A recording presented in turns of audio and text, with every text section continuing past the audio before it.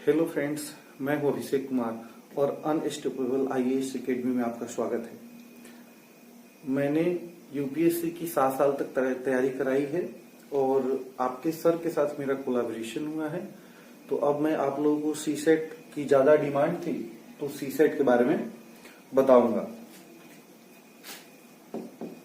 CSAT के बारे में आप लोग जानते ही होंगे। सीसेट का फुल फॉर्म होता है सिविल सर्विसेज एप्टीट्यूड टेस्ट। तो ये एप्टीट्यूड टेस्ट है बाबू, ये जस्ट आपके जनरल नॉलेज का और कुछ आपके पास बेसिक नॉलेज है कि नहीं इसके बारे में सिर्फ इसमें जाना जाता है बाबू। इसमें 2 पेपर होते हैं, पेपर फर्स्ट और पेपर सेकेंड। तो हमें पेपर सेकेंड के बारे में आज चर्चा करना है। तो चलो बाबू बात करते हैं। पेपर सेकेंड में टोटल 80 क्वेश्चंस आते हैं और बाबू ये जो 80 क्वेश्चंस होते हैं ये सभी क्वेश्चन सिर्फ और सिर्फ 2.5 मार्क्स के होंगे आपके, यानी टोटल मार्क्स हो जाएगा आपका 200। और ये 200 मार्क्स जो हुए इसमें आपको ज्यादा कुछ मेहनत नहीं करना है, सिर्फ आपको इसमें क्वालिफाइंग मार्क्स लेकर के आने हैं। जो क्वालिफाइंग मार्क्स होता है 33%। कितना होगा बाबू? 33%। 33% मीन्स आपको ये 200 का 33% यानी कि 66 मार्क्स या एवं होना चाहिए। इस मार्क्स का कहीं भी आगे फर्दर आपके मेरिट लिस्ट में जुड़ाव नहीं होता है। मेरिट लिस्ट में इस मार्क्स का जुड़ना नहीं होता है।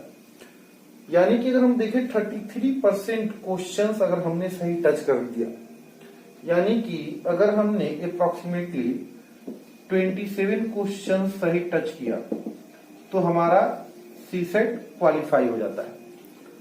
लेकिन बाबू मैं आपसे कहूंगा कि आप 27 नहीं कुछ ज्यादा क्वेश्चन करेंगे, क्योंकि ये सिर्फ क्वालिफाइंग नेचर का है। और यहां एक बात ध्यान देना होता है कि हर एक रॉन्ग क्वेश्चन के लिए आपका 1/3 मार्क्स कम होता है। तो इसके बारे में ध्यान देना है, हमेशा याद रखना है। पेपर जो सेकेंड आपका होता है वो आपका 2 घंटे का होता है। ये 80 क्वेश्चंस बनाने के लिए आपको जो टाइम मिलेंगे वो 2 आवर्स मिलेंगे। और ये 2 आवर्स का जो स्लॉट होता है वो 2:30 से 4:30 तक होता है अक्सर। अभी तक 2:30 से 4:30 तक के बीच में लगभग ये एग्जामिनेशन होते आए हैं। अब देखना है बाबू, जरा सा इसके सिलेबस के बारे में हम लोग चर्चा कर लेते हैं। तो ये 80 क्वेश्चंस जो आते हैं उसका मैक्सिमम पार्ट जो होता है, लगभग हम लोग बात करें तो 2011 से बात करते हैं।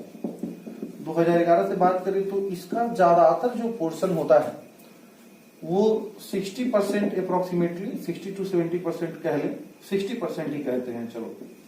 तो ये आता है कॉम्प्रीहेंशन एंड रीजनिंग से।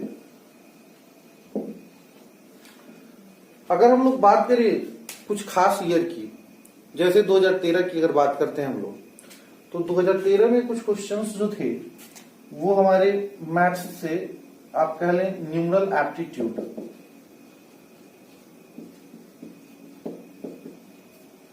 से भी क्वेश्चन आए थे, जो 17% से लेकर के 24% तक आए थे। लेकिन इन 2 इयर्स को छोड़ दिया जाए तो लगभग बाकी समय में इससे जो क्वेश्चंस आते हैं वो 8% के आसपास आते हैं।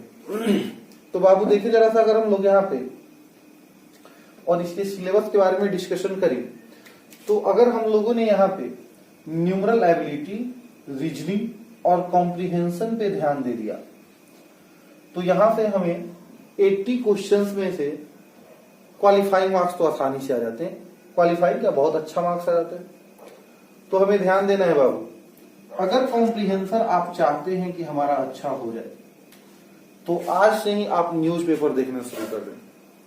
अगर आपने सोच रखा है कि कॉम्प्रीहेंशन हमारा अच्छा हो जाए तो इसके लिए आप लोग जो हिंदी मीडियम वाले हैं, जो इंग्लिश मीडियम वाले, कोई भी मीडियम वाले हैं, वो न्यूज़पेपर देखना शुरू कर दे पर डे।